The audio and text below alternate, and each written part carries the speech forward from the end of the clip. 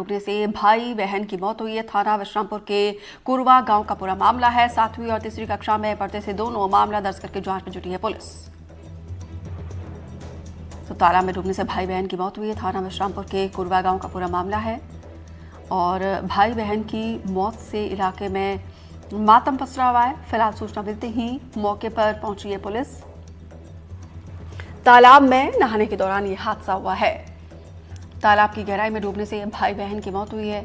थाना विश्रामपुर के कुरवा गांव का पूरा मामला बताया जा रहा है। 7वीं और तीसरी कक्षा में ये दोनों भाई बहन पढ़ते थे।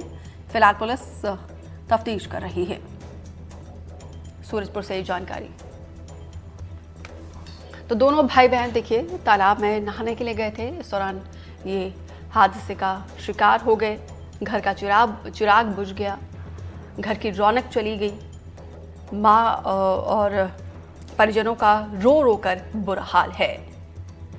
तो देखिए ऐसे में कहीं ना कहीं कोई पहली तस्वीर नहीं है जब नदी में या फिर तालाबों के पास या फिर झरनों में नहाने से इस तरीके से दुखद खबर निकल कर सामने आती है। लेकिन कहीं ना कहीं सावधानी बरतना बेहद ज़रूरी है। कुछ लोग रोमांच के लिए जाते हैं, कुछ लोग अपने रिचुअल्स को पूरा करने के लिए जाते हैं, लेकिन ऐसे छोटे बच्चों को इस तरीके से नदी तालाबों में स्नान करने से माँ बाप को भी रोकना चाहिए।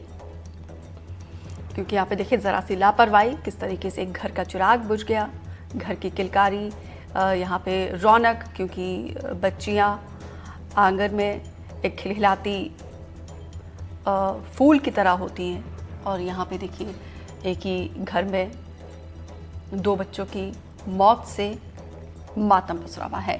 इमाम हसन ज़्यादा जानकारी के साथ जुड़े हैं। इमाम, कब की ये खबर है और क्या जानकारी इस पूरे मामले में दे रहे हैं?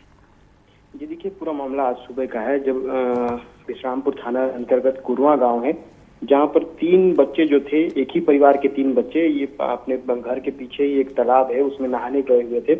जहां एक 7वीं क्लास में पढ़ने वाला बच्चा और उसके दोनों एक भाई बहन थे 7वीं क्लास में, और तीसरी क्लास में पढ़ने वाले जो मृतक भाई बहन है, दोनों नहाते वक्त अचानक डूबने लगे, जिसे बचाने का प्रयास तीसरे बच्चे ने भी किया था, लेकिन वो बचा नहीं पाया और फिर वो भागते हुए अपने घर पहुंचा और ये बताया कि ऐसी घटना घट गई है। जब तक घर वाले आते तब तक काफी देर हो चुकी थी।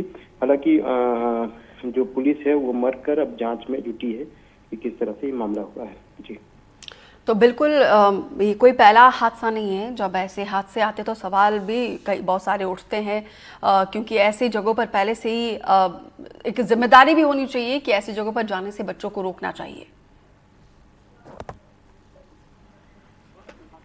इमाम, आवाज मिल रही है आपको?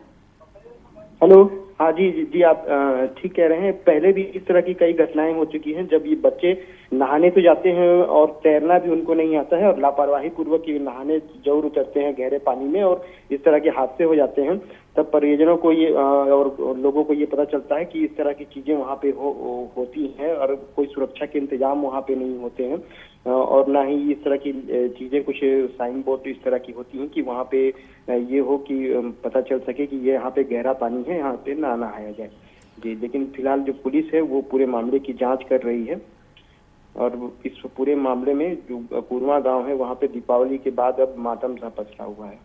तो बिल्कुल ऐसे हादसों से हमें सबक लेना चाहिए। छोटे छोटे बच्चों को इस तरीके से नदी नालों के तालाबों में हमें नहीं भेजना चाहिए और प्रशासन की भी जिम्मेदारी बनती है कि यहाँ पे सुरक्षा के पुख्ता इंतजाम किए जाए। फिलहाल विस्तार से जानकारी देने के लिए इमाम आपका शुक्रिया।